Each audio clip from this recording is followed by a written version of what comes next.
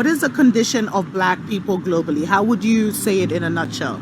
In a nutshell, they're on the bottom. They're right now the lowest thing they can get on earth. You got to, right now, collectively on earth, black folk do not own and control anything in greater proportion than 1/2 or 1% of the wealth, power, and resources in the world.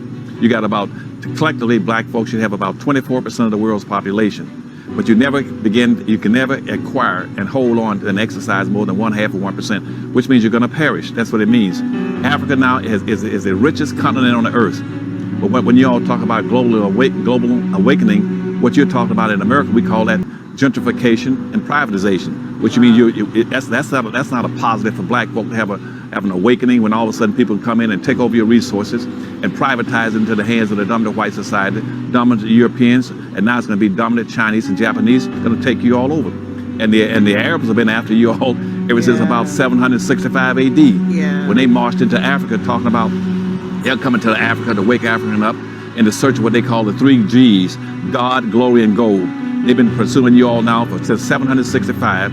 They were the ones who were first original enslavers on the earth for black folk were the Arabs.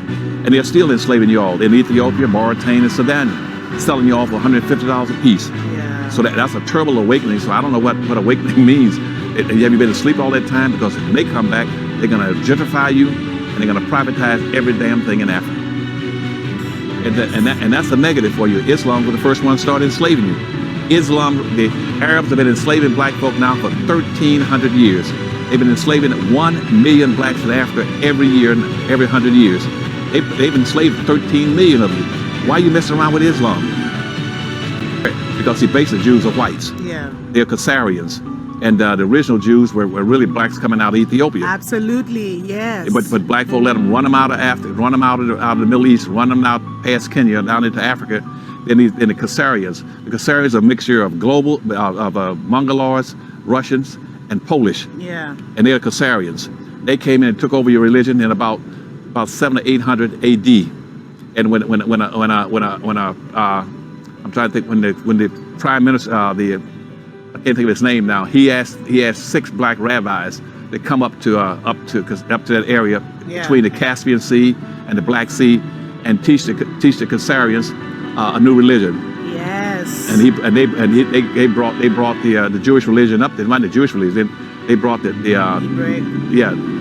Hebrew scriptures and all up there and introduced it to the Jews, and Jews took it over. So by the 1100s, the Jews had taken over the Jewish religion and left blacks out there hanging. They said they were now the new chosen people because they had pushed black folk out. What you should be doing is going after resources and power. That's the issue. Now, to get resource and power, you can't do it just singly based on Africa. Because to build wealth and power, it's like a 4-leg table. It's a 4-leg stool. You got to have 4 legs to be empowered. One leg, you have to be controlled. You got to have land and resources. You have to have wealth, some money. You're going to have political clout. You're going to have skills. Good luck to you in Kenya, and I love you, and you stay as black as you want to be. Oh, amen. Thank you so much. And we just hope that this global unity will happen in our lifetime. But that's right. And remember, in conclusion, what I said to you last night, blackness is power. And you're the 3rd rail on the earth. 3rd rail is where the power is, like a railroad track. They have that wire, that thing. They're scared of that power. That's why they put a shield around it, or wood, to protect it. And see, in the universe, you know what the most powerful thing in the universe is? Black matter. Black matter. That's right. A black hole in outer space is 20 million times more powerful than the sun. Wow. It'll suck the sun and destroy the sun. Do you know what the strongest thing on the earth was called? Black matter. And if you go get a children's crayon box, guess which crayon in there is the most powerful crayon? The black one. The black will color over everything. It'll wipe everything else out. If the fruits and vegetables on earth, guess what's the most powerful? The dark fruits and vegetables. Okay. And in the conclusion, guess what's the most powerful thing in America?